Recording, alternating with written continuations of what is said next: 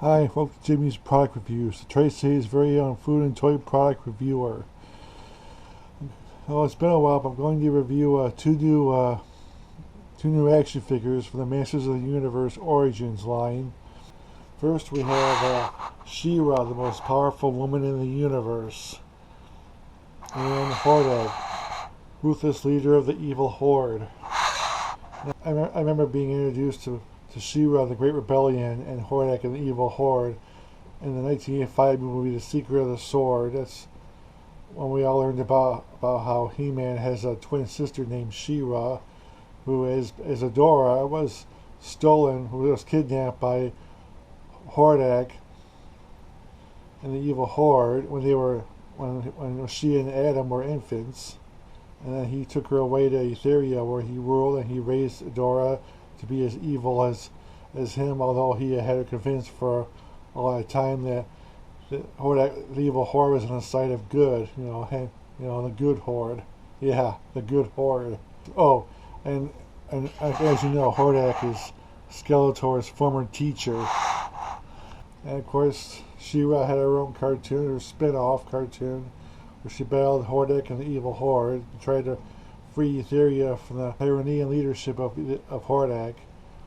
Of course, back then, in the action figure line, the Princess of Power had its own line, but that was a line that was marketed toward girls because the figures they were more doll-like, and they had a hairy comb and the more glitzy and glamorous outfits that all the little girls like. And yes, I actually had a She-Ra figure from the vintage line. And as far as Hordak goes, well, he and the Evil Horde were put in the same line as the Masters of the Universe line, which was, of course, all marketed toward boys. And in that line, they had Hordak, trying to conquer Eternia, like Skeletor, and of course Skeletor and Hordak fighting each other for control of Eternia. And they have Amor being just another rival for He-Man and the Heroic Warriors. Of course, the funny thing is, in the Secret of the Sword movie, I remember at one point when he's visiting Skeletor at Snake Mountain, Skeletor tells him at one point, Eternia is mine to rule, and Hordak says, well, we are no longer interested in this world. But apparently that's not the case. It wasn't the case in the old vintage line. I'm sure there were a lot of kids even back in the 80s, they took their She-Ra, they took their sister She-Ra's action figures and they mashed them up against Hordak and the Evil Horde, just like in the Filmation cartoons. So, well, and of course, as you see here, She-Ra's the Origins version is modeled after her vintage action figure look, the one that was marketed toward girls. And that's quite alright with me. I mean, yeah, I would have preferred the Filmation look, but this is a great nod to the vintage line, which I've always been a fan of anyway. I don't care if it is marketed toward girls. And of course, Hordak is modeled after his vintage look as well. Of course, he looks nothing like he did in the Filmation cartoon, because the cartoon he had blue skin, he had a smaller skull, and he didn't have a cape, and he didn't use a crossbow either. So, even though these two figures are modeled after the vintage action figure looks, I think it's nice to have them matched up in this Origins line. I'm gonna unbox these, and then we'll be ready for reviews.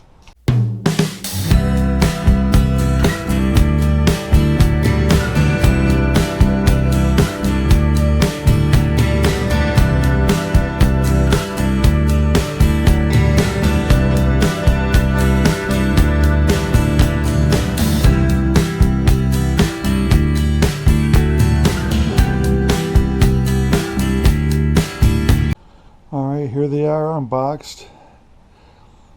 The most powerful woman in the universe and the ruthless leader of the evil horde unboxed. And as you can see, they come with the same comic that came with all the figures in each of their respective lines.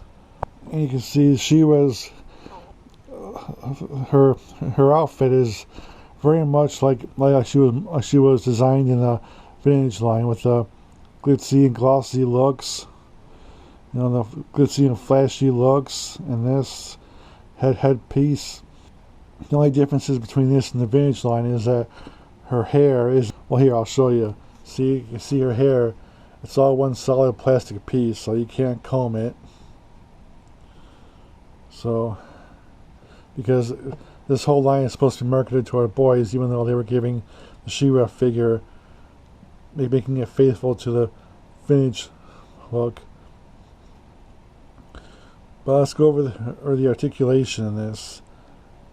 Her head moves left and right, and it's going to be hindered by not only the headpiece when it's on her, but her long hair as well. And her arms move out, and she bends the elbows and swivels the wrist. She twists at the waist, and it's not hindered by this cape because this cape is very thin. It's a very thin piece of cloth, and her legs move out, backwards, out. She bends the knees. She's got a cut. You can't see it, but she's got a cut at the top of her boots, and she bends at the ankles. So, and of course, Hordak. You know, his headpiece around his skull doesn't hinder it too much, but it's pretty much the same as you expect from any male figure. And he's got a cape, but his cape is a more solid piece. It doesn't really hinder anything.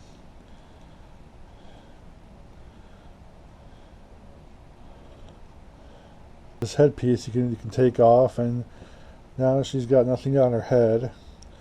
I know according to the vintage line, you're supposed to put this on here, and she's supposed to be Princess Adora, but I don't see this as Princess Adora. The look she had in the Filmation cartoon with the red outfit, that's Princess Adora to me.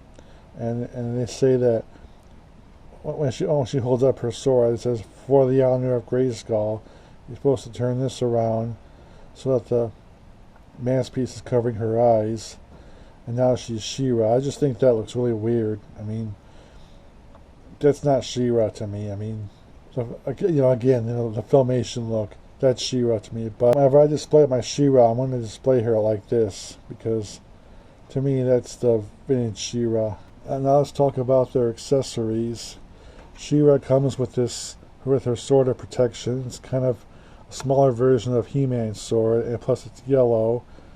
I don't recall any of her swords in many versions ever being yellow, but at least it's got the gem in the center, where she can talk to the sorceress. So, yeah, you just fit it in her hand. For the honor of Grayskull.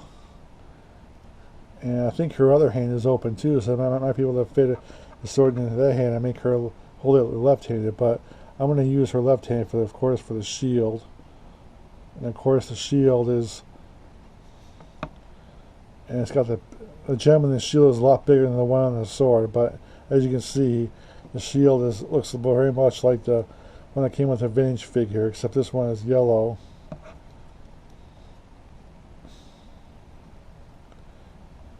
But you just fit it in her hand, and now she's primed and ready for battle against the evil horde, or whoever else causes trouble. And of course, maybe you could just have her hold the sword 1 minute and the shield next minute, because a lot of times the Filmation cartoon, she did that sword to shield, and the sword would change into the shield. But I'm just going to display her like this as a way to keep it faithful to the vintage line. Now, as far as Hordak's accessory goes, he comes with the same accessory that came with the vintage figure. It came with his bat shield.